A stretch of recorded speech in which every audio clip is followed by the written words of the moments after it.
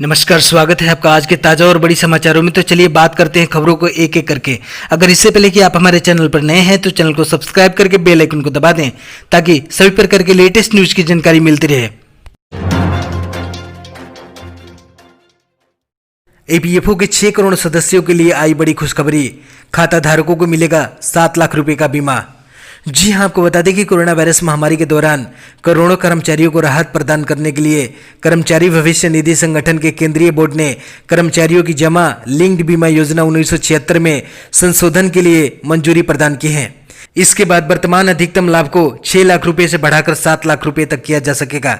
इस संशोधन के जरिए सेवारत कर्मचारियों की दुर्भाग्यपूर्ण मृत्यु की स्थिति में परिवार को 6 लाख रुपए की जगह अब 7 लाख रुपए की आर्थिक सहायता मिलेगी। श्रम एवं रोजगार राज्य मंत्री संतोष गंगवार की अध्यक्षता में ईपीएफओ के केंद्रीय न्यासी बोर्ड की बुधवार को हुई 237वीं बैठक में यह निर्णय लिया गया।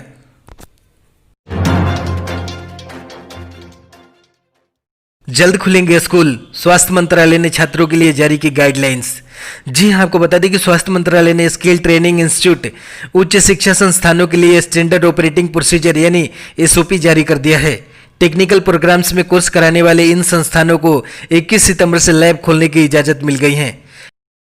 गाइडलाइन में बताया गया है कि कक्षा में सीटिंग अरेंजमेंट में भी बदलाव किया जाएगा। यहाँ एक छात्र दूसरे छात्र से 6 फीट की दूरी पर बैठेंगे, इसलिए कुर्सी मेज की दूरी 6 फीट की होनी चाहिए।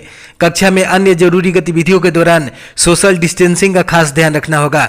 टीचिंग फैकल्टी को इस बात का ध्यान रखना होगा कि पढ़ाई लिखाई के दौरान छात्र और अध्यापक मास्क पहने हो। छात्रों को आपस में लैपटॉप, नोटबुक, स्टेशनरी शेयर करने की इजाजत नहीं होगी। अभी नए नियम के अनुसार सभी को तत्काल परिसर में वापस नहीं बुलाया जाएगा। फिलहाल 9वीं से 12वीं कक्षा के छात्रों को स्कूल जाने का विकल्प दिया गया है। वैसे उनके पास ऑफलाइन कक्षाओं में पढ़ने का ऑप्शन है। स्कूल केवल उन छात्रों के लिए खुलेंगे जिनके पास ऑनलाइन शिक्षा की पहुंच नहीं है या दूसरी प्रॉब्लम का सामना कर रहे हैं। कंगना का उद्धव ठाकरे पर निशाना, जिन्हें एक्सपोज किया उनके साथ घूमता है बेटा आदित्य। जी हां, आपको बता दें कि कंगना रनौत और महाराष्ट्र सरकार के बीच तनातनी खत्म होने का नाम ही नहीं ले रही हैं। कंगना बॉलीवुड की उन चुनिंदा सितारों में से हैं जो शिवसेना पार्टी के खिलाफ खुलकर अपने विचार रख रही हैं। कई सोशल मीडिया यूजर्स का यही मानना है कि कंगना को कहीं न कहीं राजनीतिक संरक्षण भी प्राप्त है, इसलिए वे अपने ऊपर आती कठिनाइयों के बावजूद लगातार महाराष्ट्र सरकार पर निशाना साध रही हैं। गौरतलब है कि कंगना के मां ने भी शिवसेना पर तीखा हमला किया है और हाल ही में बीजेपी पार्टी को ज्वाइन किया है। कंगना ने एक बार फिर महाराष्ट्र के सीएम उद्धव ठाकरे को ट्वीट के सहारे निशाना साधा है।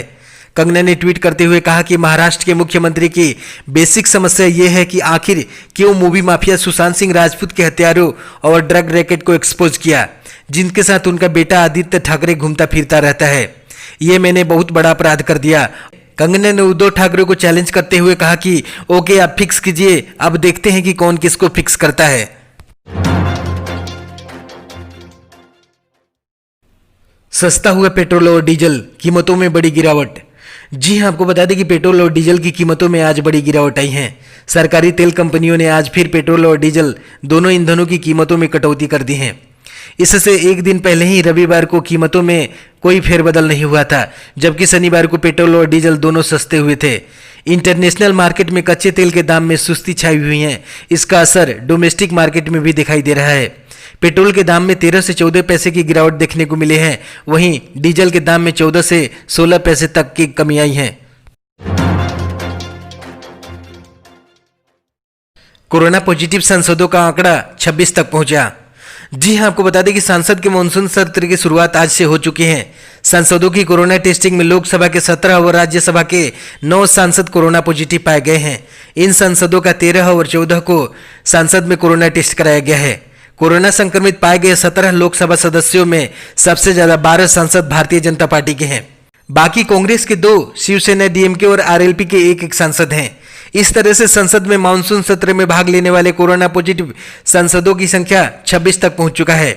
देश भर में सांसद मानसून सत्र में भाग ले रहे हैं, लेकिन इस बार सत्र में भाग लेने से पहले सांसदों का कोरोना टेस्ट जरूरी है। इन सभी सांसदों का टेस्ट संसद के परिसर भवन में ही हुआ है। बिहार में एनडीए की तरफ से सीएम पद की उम्मीदवारी पर चिराग पासवान का बड़ा बयान। जी हां, आपको बता दें कि लोक जनशक्ति पार्टी प्रमुख चिराग पासवान ने शनिवार को बिहार के मुख्यमंत्री नीतीश कुमार और उनके बीच दरार की बात को खारिज करते हुए कहा कि मुझे एनडीए के चेहरे के रूप में नीतीश कुमार से कोई समस्या नहीं है। गौरतलब है कि चिराग पासवान द्वारा मुख्यमंत्री नीतीश कुमार की आलोचना ने लोजपा के नीतीश के नेतृत्व में चुनाव लड़ने पर संदेह पैदा कर दिया था। चिराग ने कहा कि मैं भाजपा द्वारा चुने गए किसी भी टॉम, डिक या हैरी के साथ खुश हूं। हालांकि उन्होंने बताया कि गठबंधन के सहयोगियों को एक सामान्य कार्यक्रम पर सहमत होने की आवश्यकता है, जिसमें उनका बिहार पहले और बिहारी पहले अभियान शामिल है। 37 वर्षीय चिराग पासवान ने यह भी कहा कि वह नीतीश कुमार के उन वादों पर काम करने को तैयार नहीं है जो उन्होंने यह 2015 के चुनाव से पहले घोषित किए थे। भारत चीन तनाव पर रक्षा मंत्री राजनाथ सिंह मंगलवार को दे सकते हैं संसद में बयान। जी हां, आपको बता दें कि भारत और चीन के बीच वास्तविक नियंत्रण रेखा एलएसी पर इस वर्ष के प्रारंभ से ही तनाव की स्थिति है। दोनों देशों के बीच इस तनाव के हालात और सरहद पर चीन के उकसाने वाले कदमों को लेकर रक्षा मंत्री राजनाथ सिंह मंगलवार को लोकसभा में बयान दे सकते हैं। कोरोना की महामारी के बीच संसद का मानसून सत्र सोमवार को प्रारंभ हुआ। गौरतलब है कि भारत और चीन के सीमा पर तनाव अपने चरम पर है। हाल ही में दोनों देशों ने एक दूसरे पर टकराव के दौरान हवा में गोलियां चलाने का आरोप लगाया था। एलएसी पर 45 साल बाद ऐसा हुआ है जब किसी भी पक्ष की तरफ से गोलियां चलाई गई हों। पिछले 24 घंटों में दर्ज हुए 92,071 नए कोरोना वायरस केस। जी हां, आपको बता दें कि देश में कोरोना वायरस का ग्राफ काफी तेजी से बढ़ रहा है। भारत में कोरोना संक्रमितों की कुल आंकड़ा 48 लाख के पार चला गया है। स्वास्थ्य मंत्रालय की ओर से जारी ताजा आंकड़ों के मुताबिक पिछले 24 घंटों में 92,071 नए कोरोना वायरस के मामले दर्ज किए गए हैं। इसी के साथ अब तक कुल 48,46,427 मामले सामने आ चुके हैं। वहीं बीते 24 घंटों में 1136 लोगों की इस वायरस की वजह से मौत हुई है, जबकि इस दौरान 77,512 मरीज इस बीमारी को मात देने में कामयाब हुए हैं। आंकड़ों के मुताबिक कोरोना रिकवरी रेट 77.99% पर है।